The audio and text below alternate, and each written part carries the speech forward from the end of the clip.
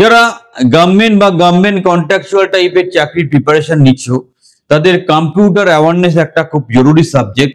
কম্পিউটারের থিওরিটিক্যাল এবং practical knowledge ভীষণভাবে প্রয়োজন। তাই আমরা কিছু সিরিজ অফ ক্লাস তোমাদের জন্য নিয়ে এসেছি। আজকের আমাদের যে ক্লাসটা হবে কম্পিউটার বেসড কি কি ফিউচার টেকনোলজি মার্কেটে আসছে বা এসে গেছে, যেটা ইমপ্লিমেন্টেড হবে খুব শীঘ্রই, সেগুলো বিস্তারিতভাবে ডিসকাস করব। যে নতুন নতুন কম্পিউটার রিলেটেড কি কি টেকনোলজি মার্কেট গ্রাস করতে আসছে, মার্কেটে এন্ট্রি নিচ্ছে এবং তাদের কি ফিচার্স আছে, কি ভালো আছে, কি মন্দ আছে, সবকিছু বিস্তারিতভাবে ডিসকাস করব।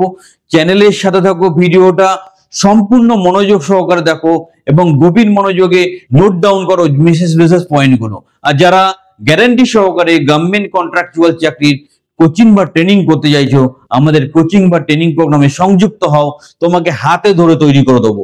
আজকে আমাদের topic future technology of computers. Computer related কোন কোন টেকনোলজি গুলো এখন মার্কেটে আসছে বা এসছে, যারা মার্কেটটাকে ক্যাপচার করবে, বিস্তারিতভাবে জানবো। টোটাল ক্লাসটা ভালো করে ফলো করো। কথা দিচ্ছি ইউটিউবে এত সুন্দর ক্লাস তোমাকে কেউ ফ্রি অফ কস্ট অফার করতে পারবে না। সুযোগটা নাও, কাজে লাগাও। শুরু হচ্ছে আজকের class future technology. Computer base যে ফিউচার টেকনোলজি আমাদের কাজে লাগে সেগুলো নিয়ে আমরা ক্লাস করব। আমি প্রদীপ কুমার দাস কথা বলছি, MTech from Jadavpur university. Guarantee সহকারে তোমাদেরকে এত ভালো করে পড়িয়ে দেবো, তুমি কনফিডেন্স ফিল পাবে, তার সাথে চাকরিও পাবে। চলো আমরা তোমাদেরকে প্রথম যেটা জানাবো ইন্ট্রোডাকশন। অলরেডি বললাম যে নতুন নতুন টেকনোলজি যেগুলো মার্কেটে আসছে, যেটা মার্কেটকে ধরবে বা মার্কেটে এন্ট্রি নেবে অথবা ঢুকে গেছে কিন্তু আমরা সঠিকভাবে জানি না, সেই ব্যাপারগুলো বা যে অ্যাডভান্স টেকনোলজিগুলো আমাদের মিনিমাম লেভেলে জানা উচিত, তার উপরই আজকের ক্লাস। প্রথম আমি বলবো ইন্টারনেট অফ থিংস নিয়ে। ইন্টারনেট অফ থিংস আর টেকনোলজির নাম, যার মাধ্যমে আমাদের বাড়িতে যত রকম জিনিসপত্র থাকে, টিভি, এসি, আমাদের রেফ্রিজারেটর, আমাদের ওয়াশিং মেশিন, সবকিছু আমরা কন্ট্রোল করতে পারি through hour mobile or remote. So এটা ইন্টারনেট অফ থিংস নামে পরিচিত। ধরো তুমি বাড়ির বাইরে গেছো, এসি বা ফ্রিজটা অফ করতে ভুলে গেছো, তুমি বাইরে গিয়েও মোবাইলের মাধ্যমে তোমার এসিটা অন বা অফ করতে পারবে। That is the beauty of IoT. এটা কিন্তু কম্পিউটার সায়েন্সের একটা খুব বড় অধ্যায়, যেটা ভীষণভাবে জানা আমাদের দরকার। আমরা অ্যাজ এ কম্পিটিটিভ এক্সাম ফান্ডামেন্টালসটা পড়বো, আমরা এখানে পিএইচডি করবো না। সো কি কি কম্পোনেন্টস আছে সেটা আমরা জানবো। সেন্সার্স থাকে আইওটির মধ্যে, কানেক্টিভিটি, একটা কানেকশন যার মাধ্যমে হয় সেটা থাকে, ডেটা প্রসেসিং এর একটা ব্যাপার থাকে, আলটিমেট ইউজার ইন্টারফেস থাকে। সবগুলো একটু ছোট্ট করে জেনে নেব। সেন্সার্স কি? ধরো আজকে টেম্পারেচার কত, তুমি কোথাও ডিসপ্লে দেখছো, কিন্তু ইনপুটটা কি টেম্পারেচার, আউটপুটটা অন্য একটা কিছু যেটা ডিসপ্লে তুমি দেখতে পাচ্ছ। যাই সেন্সার এমন একটা জিনিস যে একটা ফর্ম অফ সিগন্যালকে, মানে এখানে টেম্পারেচার সিগন্যালটাকে ইলেকট্রিক সিগন্যালে কনভার্ট করছে। সো এই ধরনের কাজ যে করে, একটা ফর্ম অফ এনার্জিকে অন্য ফর্ম অফ এনার্জিতে কনভার্ট করে, যে তাকে এক কথায় সেন্সর বলে। সো আমরা যেহেতু ফান্ডামেন্টাল লেভেলে আছে, এর বেশি আমরা এখানে ডিসকাস করব না।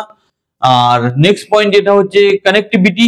তো কানেকশন না থাকলে সিগন্যাল এক জায়গা থেকে অন্য জায়গায় করে যাবে। সো যেই মিডিয়ামের মাধ্যমে ডিভাইসেস গুলো কানেক্টেড থাকে, that is called connectivity. IoT connectivity is the means of which an IoT device, which can be anything for a simple sensor, is factory to self-driving cycle and encompasses application from street lights to robots, connects to the cloud, other devices and integration points such as IoT gateways.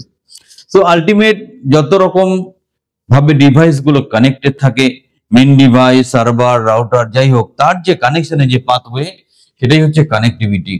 Data processing. এবার data যখনই তুমি কিছু signal on of পরিচালনা করছো, তখন basically সেটা data, সেই ডেটাটা যে প্রসেসিং হয় সেটাও একটা পার্ট অফ দা আইওটি। আমরা এরপর দেখবো ইউজার ইন্টারফেস। আমরা আলটিমেটলি রেজাল্টটা যেখানে দেখতে পাই, ইউজার যে আছে, কোনো বাটনের মাধ্যমে, কোনো পেজের মাধ্যমে, কোনো আইকনের মাধ্যমে, কোনো ফর্মের মাধ্যমে, that is called user interface. Advantage কি আছে আইওটি? রিয়েল টাইম অ্যাসেট, যেটা বললাম, তুমি রিয়েল টাইমে তোমার যে রিসোর্স বা অ্যাসেট আছে সেটা কন্ট্রোল করতে পারো, সেটা কোনটা অন আছে কোনটা অফ আছে সব দেখতে পারবে, সেই জন্য কস্টটা সেভ করতে পারবে। অপারেশন এফিসিয়েন্সি ভালো করতে পারবে, ডেটা ড্রিভেন, তাই হট করে একটা ডিসিশন নিতে পারবে। End to end remote monitoring, management and asset resources, একদম এন্ড টু এন্ড সাপোর্ট যেটা বলে টোটালটা তুমি এখান থেকে পেয়ে যাবে।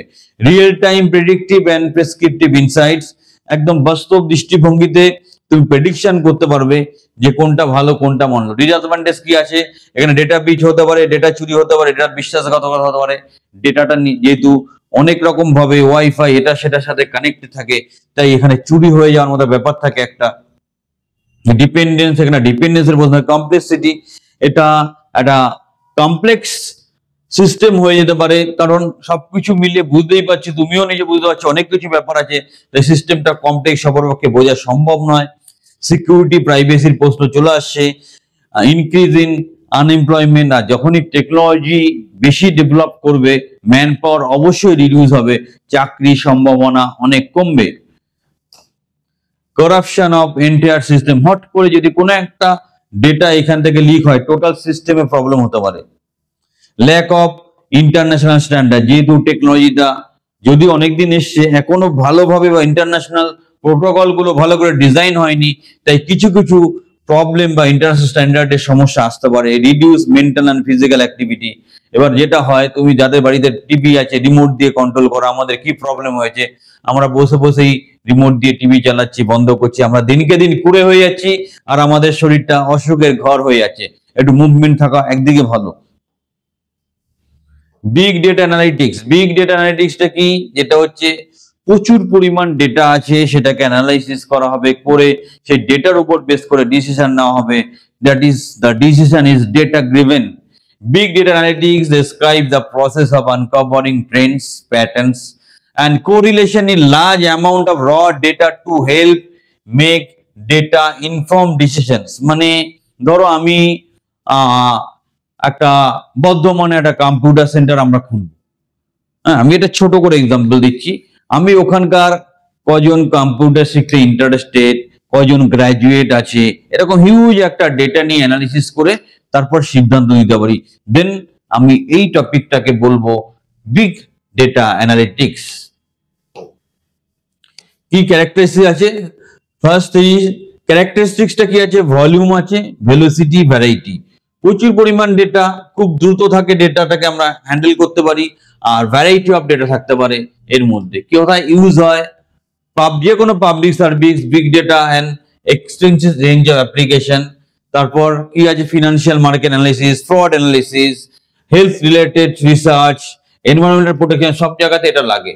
ভার্চুয়াল রিয়েলিটি, ভিআর, ভিআরটা কি, is a computer generated environment sense. মানে এখানে যারা গেম খেলে, যারা গেম অ্যাডিক্টেড, তোমরা হয়তো এখন আর সেই বয়স নেই যারা এই ভিডিওটা দেখছো, যদি থেকে থাকে যারা গেম খেলো তারা জানো যে আমরা ভার্চুয়ালি ফিল করার জন্য, যে আমি ধরো আমি একটা ক্লাসরুমে এখন ক্লাস রেকর্ড করছি, এমন ভাবে ভার্চুয়াল একটা পরিবেশ তৈরি করলাম অ্যাজ ইফ মনে হবে তোমরা আমাদের সামনে বসে আছো, তুমি আমার সামনে বসে ক্লাস করছো, আমি তোমার ক্লাস নিচ্ছি। That is call virtual reality.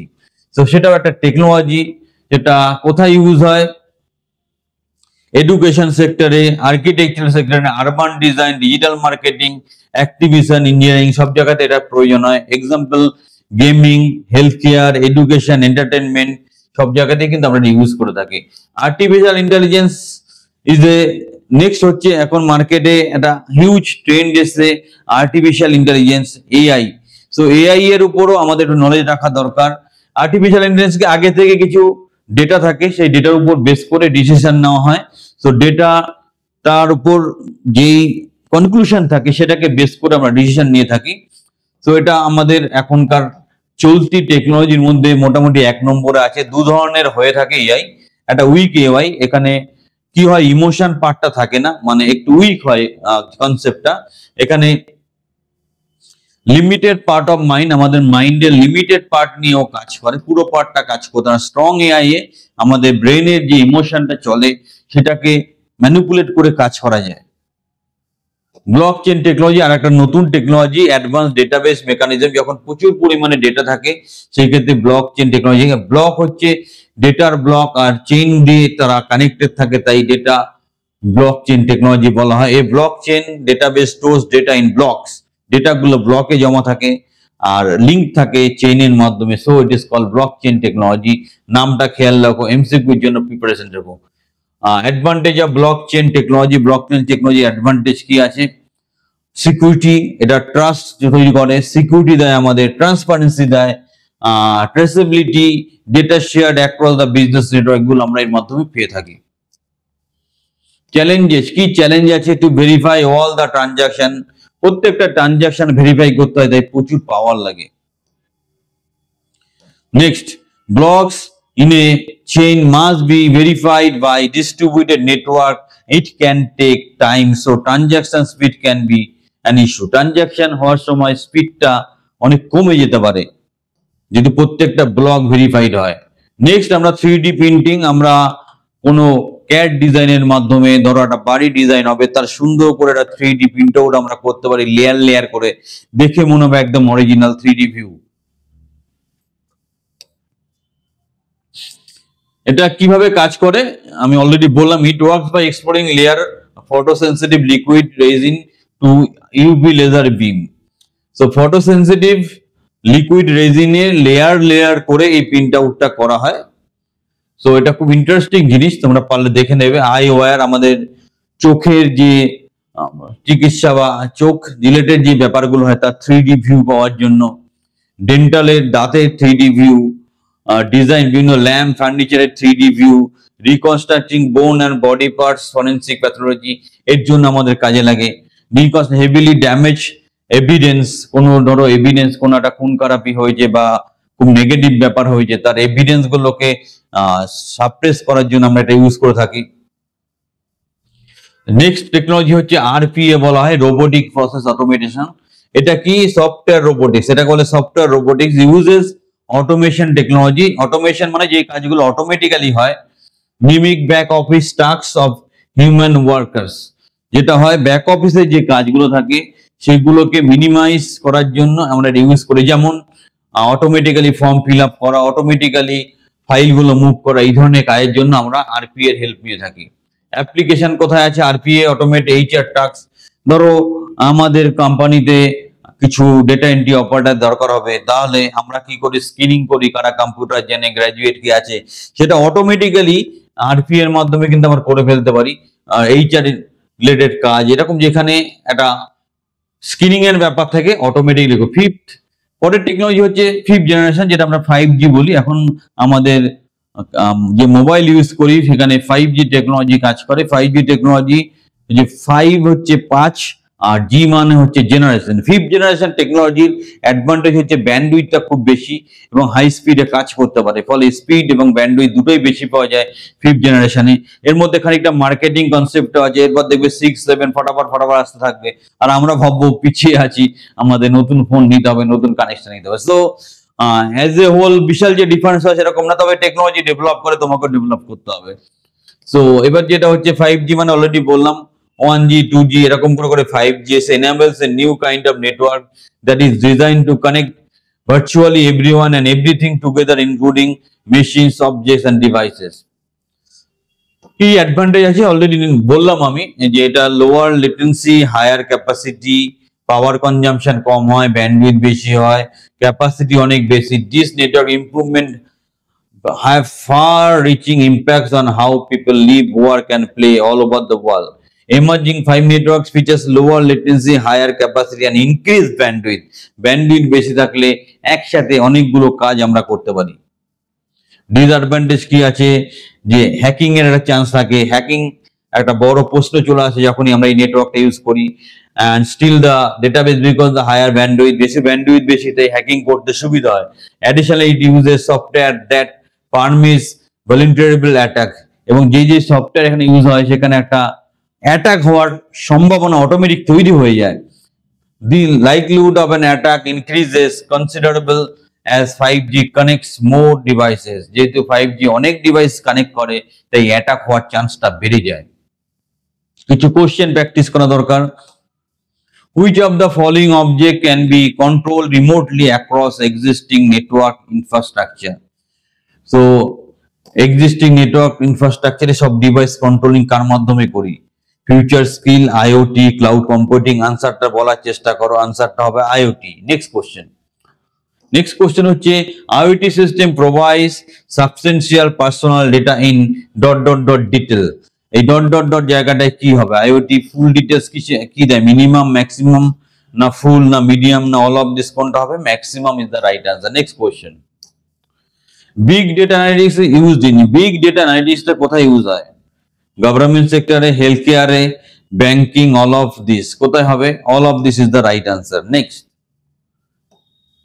Virtual reality is primarily experience through, virtual রিয়েলিটিটা প্রাইমারিলি কার মাধ্যমে এক্সপেরিয়েন্স করা হয়? Dot dot of the 5 senses, আমাদের 5টা যে সেন্স থাকে তার মধ্যে কটা সেন্স লাগে ভার্চুয়াল রিয়েলিটিটাকে বোঝার জন্য? 2, 3, 4, 1, আনসার হবে 2।